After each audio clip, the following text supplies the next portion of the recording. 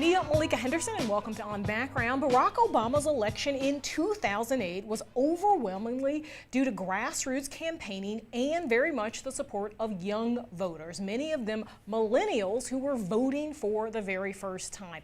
That same group has now soured on this president with record low approval ratings and a lack of support for his signature health care legislation. What does this mean for the millennial generation? What do they want from Washington, politics, and their government? And will they shake up the establishment? Here with me to discuss these questions is John Della. He is director of polling at the Harvard Institute of Politics. And also we have John Zogby, who is author of First Global's Understanding, Managing, and Unleashing the Potential of the Millennial Generation. John Della, you are from Harvard. You did this study. Let's look at some of the numbers from this. We're going to put this up on screen. Government approval ratings for millennials, and these are folks 18 to 29. For Obama, it's 41%. Congressional Democrats, 35% approve, and for congressional Republicans, it's 19% approval rating among this group. John Della, tell me what you found in this study. Kind of dig beneath the numbers for me and tell me what they mean. Sure. A couple of things. I think overall the headline is that young people, specifically millennials, who were so optimistic in 2007, 2008, are losing touch with government, not just with Obama, Democrats, but Republicans as well. And I think that has serious concerns for the short-term future of our country. Young people, as you mentioned, were by far the outliers in 2008, all the way back to Iowa in their support of President Obama. And now we're seeing they look like everybody else. The approval rating overall is 41%. And we look at any of the individual issues, it's far below that. And if you look at these individual issues, Zogby, you look, for instance, at the approval rating with this group. Iran, in terms of Obama's handling, 37% approve. Healthcare, 34%. The economy, 33%. And 28% for the federal budget deficit. And this poll, of course, taken October 30th through November 11th. What do these numbers tell us, John Zogby, about who millennials are, what they're thinking about, what their issues are? Well, number one, and this is part of just being 20-something, but to a great degree, millennials are steeped in technologies that offer instant solutions and instant gratifications. They're also horizontal in the way that problems are solved, as opposed to vertical and bureaucratic, meaning that they're souring at a fast pace towards government because they don't see solutions coming in a timely way. And then secondly, when there is a solution, in fact, one that they believe in, which is Obamacare, that the rollout and all of the problems that are associated with that, it looks to them as if it's not the solution they were looking for. And so essentially, I think what it is they don't hate government. Okay. They just find that the government is too complicated and too steeped in verticalism, bureaucracy, and tradition. And so, in fact, I think that this may not necessarily be permanent, but it could be a permanent problem that both parties have, unless both parties can reach out to millennials. Okay, and John Della, any historical parallels here? I mean, is this sort of how Woodstockers felt as well, you know, sort of down with the establishment? What's your sense?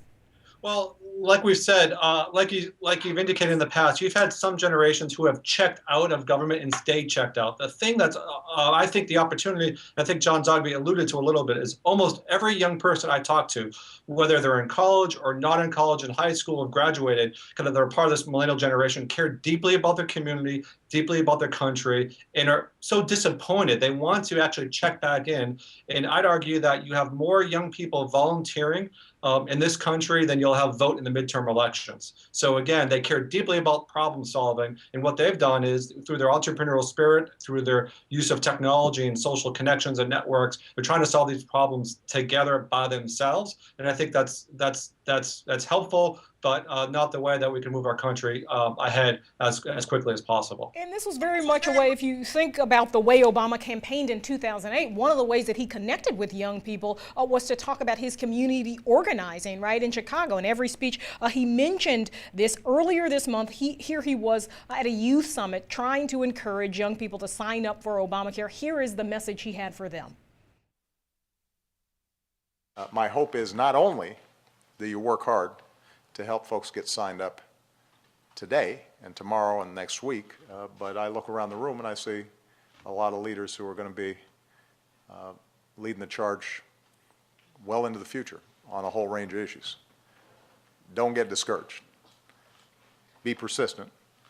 You may get a few gray hairs as a consequence, but I think at the end of the day you'll think it's worth it. So he talks there, John Zogby, about leaders, about them being the future leaders. What kind of leaders will they be? Will they look to government as the primary way that they can be leaders and sort of reshape the country and deal with complicated issues, or will they look other places? No, well, first of all, I agree with John. The level of volunteerism and the degree to which they want to change their world, speaks very highly of their commitment. They're going to do it differently, though, and leaders are going to be team leaders. These are young people that are accustomed to working on teams. They played more soccer than they played baseball and football. Yeah. And the notion then of teamwork has been very important. One of the things that we laugh about is the fact that everybody got a trophy. Sure, because everybody got a trophy and everybody then had value on the team. That's the value of their social networks, the value of their capacity then to reach horizontally and virally to each other to find solutions. So they're going to do it themselves as opposed to looking to other institutions.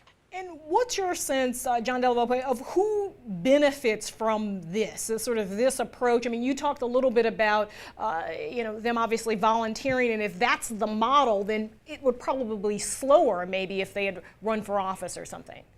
Yeah, I think communities benefit, but I think there's so much opportunity that's not being realized. We have a vacuum now in Washington, D.C. because the baby boomers are beginning to age out and to retire. And I think you've got a lot of young, talented people who, as John said, care about solving problems, but they're just not connected with the bureaucracy and not interested in working through that bureaucracy. They're looking for tangible results. I think rather than campaigning with young people and empowering young people to help people get elected, there's a tremendous opportunity in this country for elected officials, for government officials from local, state, and federal government to empower young people to solve problems 24/7. You don't need to work in Washington, D.C. You don't need to take a government paycheck to help solve public policy issues in this country. You have millions of young people who want to be engaged. They just need to be asked. And John Zogby, are there signs of this happening already? Yep. And it's coming from the bottom up. I'm all over the country all of the time, and young people say, how do we get on community boards? And how do we get elected to office? And I said, don't worry about that. Your power is from the outside, not from the inside. You have to be the force that changes. And now the forces change. And so I work with local chambers and economic development agencies and mayors' offices, telling them you need to create a group of 1,000 young people that you can relate to, ask their opinions of, empower them to help you find decisions. And that'll be plenty of buy-in on the part of young people, and also introduce them then to the system, a system, however, that needs to be changed. And in the near term, at least, John Della Volpe, Obama very much reaching out to young people saying, please, please, please sign up for Obamacare. Is he doing that in the right way? Well, I think he's beginning to do that the right way as of a couple of weeks ago when he kicked off the youth summit.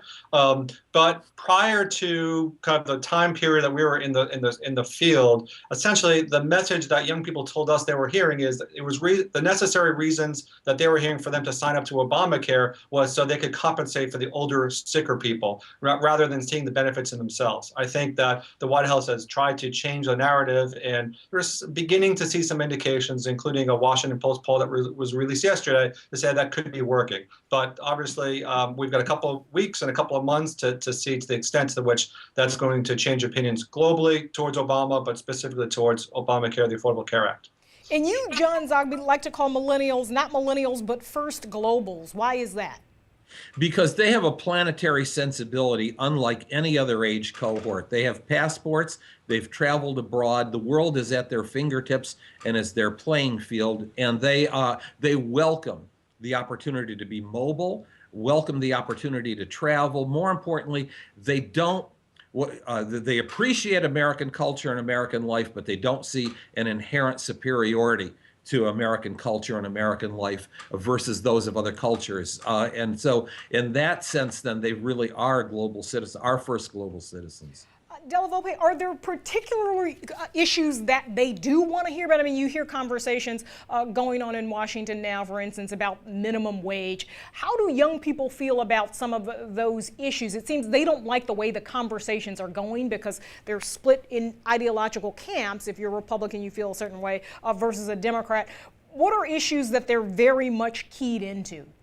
Well, as you mentioned, they're kind of fiercely independent, and young people, the message that I hear from them is they want to be treated like the adults that they are. So they're very concerned about kind of their local economy. They're concerned about housing, kind of jobs, those sorts of things. But of course, they're also interested in the larger perspective of the federal deficit to make sure that the right priorities kind of are in place, that they believe in the role that government should have in kind of improving education, improving economic opportunities for everybody, but they're also concerned about the way in which we think about our priorities moving forward. So they're very concerned about federal deficit, and I would argue that that's an opportunity for Democrats and Republicans short term to kind of re-engage with the millennials on their own terms. And of course, when you think about deficit, you think about the personal deficits that so many young people have around student debt, a significant issue impacting the lives every single day of millennials across the country.